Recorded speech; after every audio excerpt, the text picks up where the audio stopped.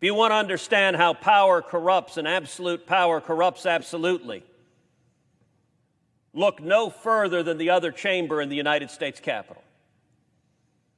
Speaker Nancy Pelosi is drunk on power. The orders that Speaker Pelosi is issuing are abusive and unprecedented.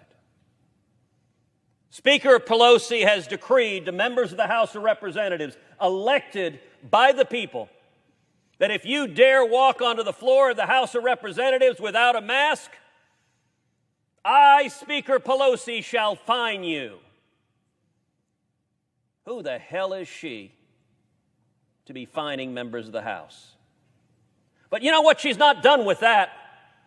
She's not done with disrespecting our Constitution, disrespecting our democratic system that elects leaders. She goes further. To the good men and women who work here in the United States Capitol, we are surrounded by men and women who have chosen to come and work for the public good. And here's what Speaker Pelosi has decreed. If you dare walk in the hallway without a mask, I, Speaker Pelosi, will arrest you. I will put you in jail. I will fine you. That is an absolute and complete abuse of power. She has no authority to disrespect the men and women who work here, to threaten you with physical harm, to threaten you with imprisonment. And why does she do so? She does so for one reason: political theater. The gentleman from North Carolina seek recognition. Madam Speaker, I seek unanimous consent to address the House for 1 minute. Without objection, the gentleman is recognized for 1 minute. Madam Speaker, you are not God. Your will does not bend the forest or shake the mountains. And let me assure you, your will does not bow the knee of millions of my countrymen who refuse to heed your callous command. To threaten arrest on others for their own personal medical decisions is nothing short of a medical apartheid, and I will not let it stand. For if I am to cowardly bend the knee here like those on the left wish, then what is to stop you all from taking your tyranny to the rest of this country that I love? How dare anyone in this institution attempt to dictate to the patriots of my staff how they may live their lives? For one to think that because they have the title honorable attached to their name means that they may dictate what others may say and think repulses me. What makes this nation special is that in this free land, the people are the royalty. So arrest us if you will, but I will not cower and I will not bend. Madam Speaker, you have come to take away our liberties.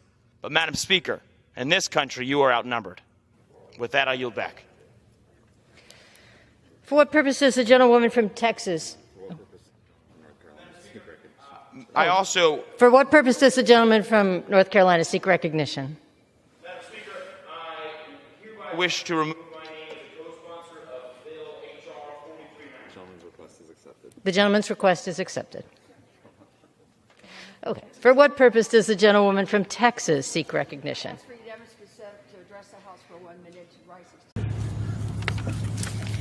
There is a reason that Nancy Pelosi is the most disliked elected official in America. She always puts her own partisan politics over what's best for the American people.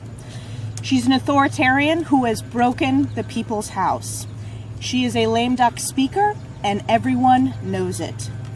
The reason why Nancy Pelosi is refusing to seat accomplished and well-respected hardworking Republicans like Jim Jordan and Jim Banks is because she doesn't want the American people to know the truth or learn the facts. She doesn't want a fair or bipartisan investigation. She wants a political one. It is a fact that in December of 2020, Nancy Pelosi was made aware of potential security threats to the Capitol, and she failed to act. It is a fact that the U.S. Capitol Police raised concerns, and rather than providing them with the support and resources they needed and they deserved, she prioritized her partisan political optics over their safety. The American people deserve to know the truth that Nancy Pelosi bears responsibility as Speaker of the House for the tragedy that occurred on January 6th. And it was only after Republicans started asking these important questions that she refused to seat them. House Republicans will continue to follow the truth and the facts and support our law enforcement officers to make sure this never happens again in the U.S. Capitol, the People's House.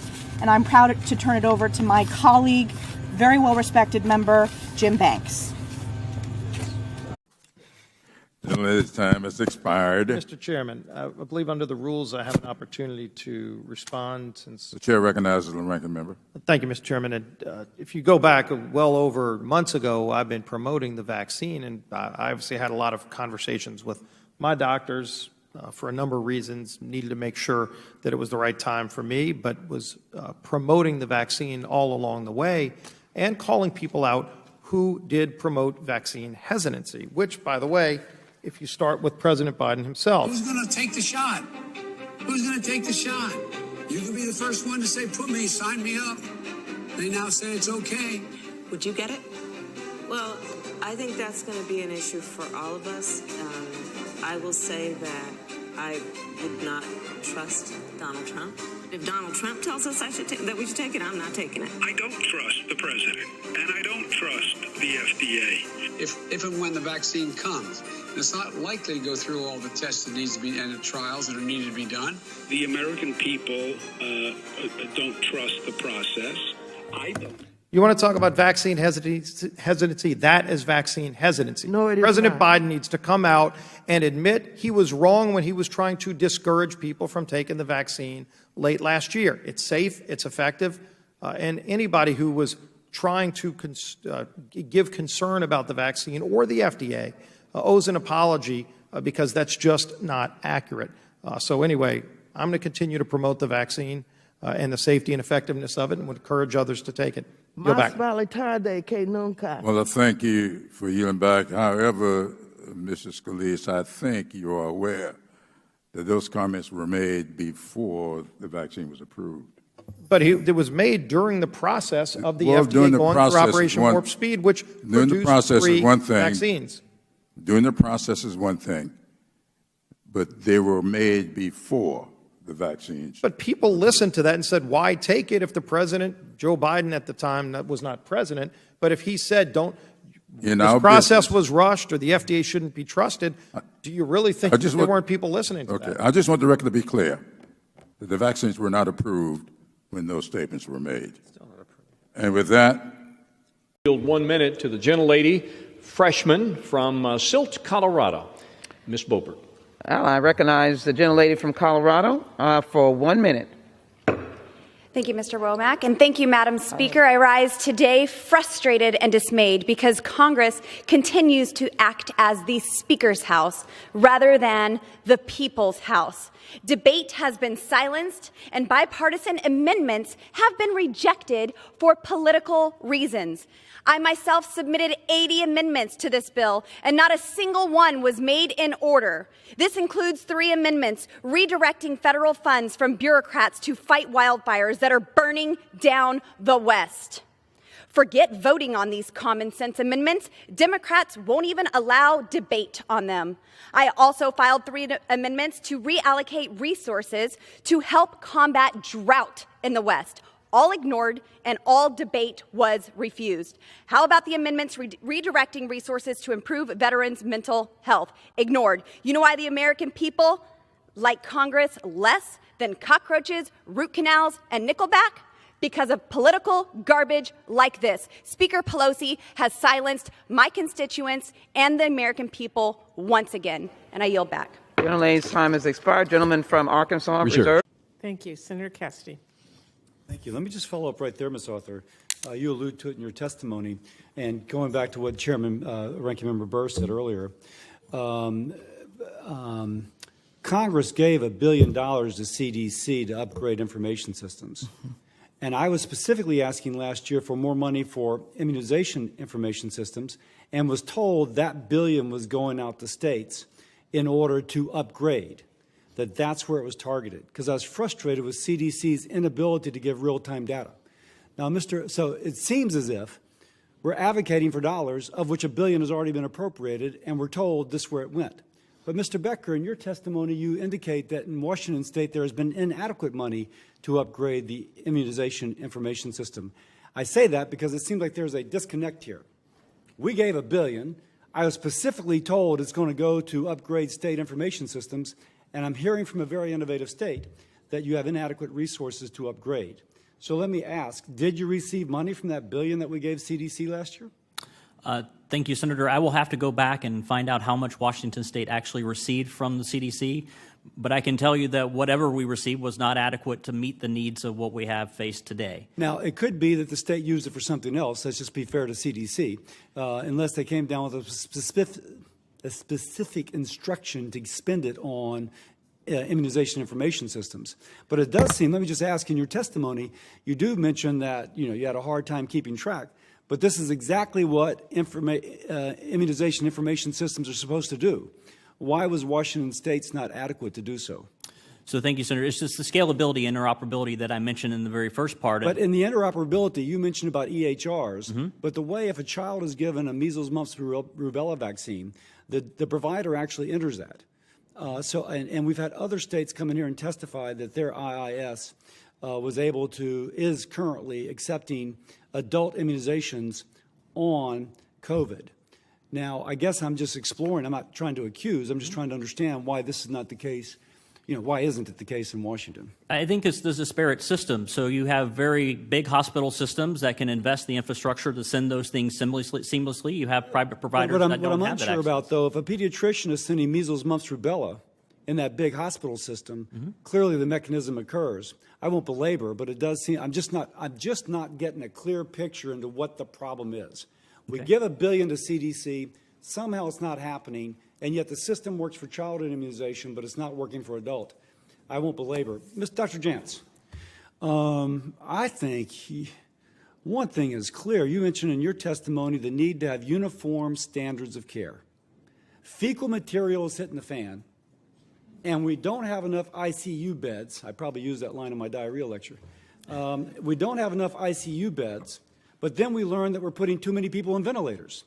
And putting on ventilators at too early a stage actually was associated with negative outcomes.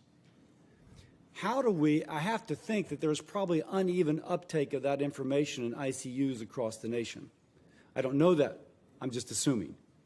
How do we establish that uniform communication of care when how we manage a ventilator patient to ventilate or not really is critical in terms of both ICU utilization but also the patient's survival?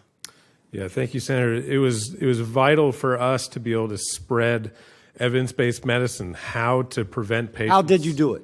Via the Louisiana Department of Health and the Department of Health and Human Services, when we conducted seminars with hospitals around the state and the nation where they asked us, how do you solve these specific operational problems? We gave them answers. Now, were you also able to give them like a checklist? Yes.